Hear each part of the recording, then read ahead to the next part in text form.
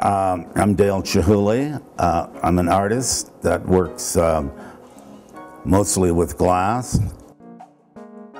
I have studios in Tacoma and Seattle, Washington, where we work on large projects mostly around the world, making sculptures.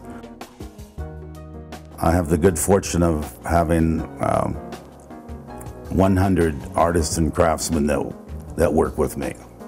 I went to the University of Washington in Seattle and majored in interior design and architecture. And at a certain point, I had to take a weaving course as a requirement. And at the end of the quarter, I thought I would weave some bits of glass into a tapestry. And I got very excited about that project and took another weaving course and started to build a little studio of my own in South Seattle. One night I melted some glass between 4 bricks in this little oven I had, and I took a pipe and I gathered up some glass, which is sort of the consistency of honey, and blew a bubble. And from that moment on, I wanted to be a glass blower. I went off to Venice and Murano to work with glass in 1967. And that same year, the Rhode Island School of Design offered me a position to start up a glass blowing program. I like to work in a team, and that's the way they work in Venice. I saw that how the teamwork was so important to glass blowing, and that's the way I taught glass blowing in Rhode Island. And a couple of years later, myself and some friends started a glass blowing school outside of Seattle called Pilchuck. And at that time, which was 1971, there were hardly any glass artists or glass blowers in Seattle. Seattle now has more glass blowers and more glass artists than any place in the world, and more glass shops than any place.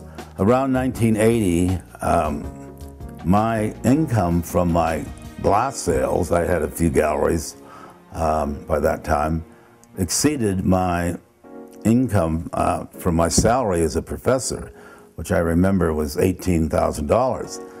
So I decided that I'd quit teaching and move back to Seattle in Pilchuck.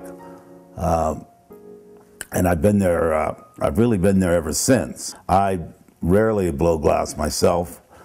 That sort of started with an automobile accident in England in 1976 when I lost the sight of my eye.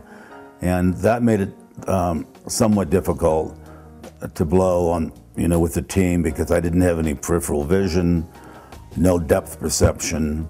When that happened, I didn't do anything for about 6 months.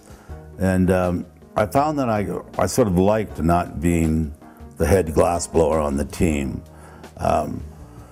Some of the teams get as big as 18 people.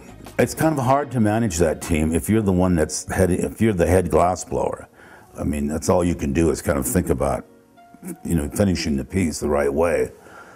So I get to, kind of move around the shop and watch what everybody's doing. And I end up having, getting more of what I want that way than if I were doing the glass blowing myself.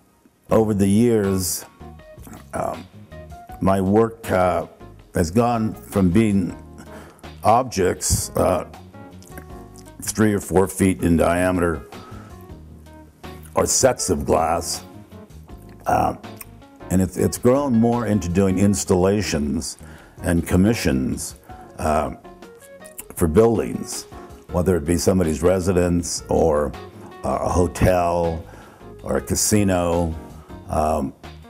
And many of these installations now are abroad, places like Dubai and Cancun or Abu Dhabi, London.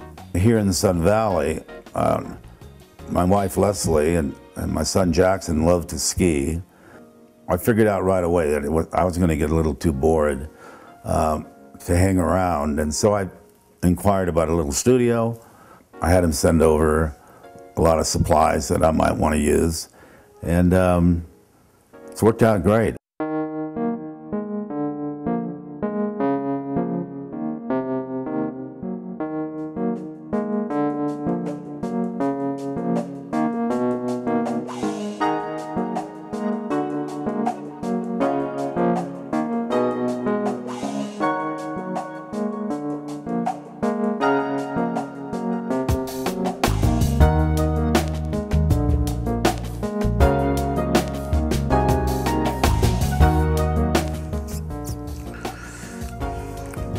Finito. When I more or less quit blowing glass, then I had to communicate to the gaffer, what it is I wanted to make. And I would, start by making some little sketch on a piece of paper. It's always been a hard question for me to answer as to what inspires me. My first reaction is almost to say I don't know.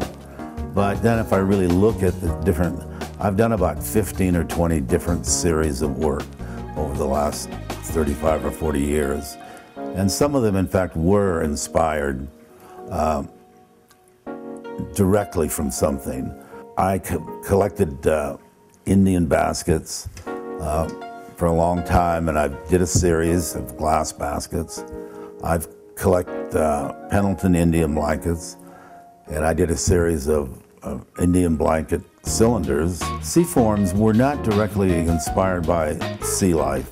It was more of an accident that I figured out something that I could blow the baskets into a ribbed mold. And when it came out, it ended up looking like a seashell. That wasn't really my intention, but right away, I liked the idea that it looked like a seashell. So for a long time, I made sea forms of one kind or another, but never looking at a book or never going scuba diving or anything. It didn't interest me to make it look like something that really, that really was underwater. I want to have, sort of have a good time. And then I want to work, hopefully if I work for 2 or 3 hours, I might come up with something that I maybe haven't drawn before. But a lot of it's just, just working. Things, if you're doing it, things just happen.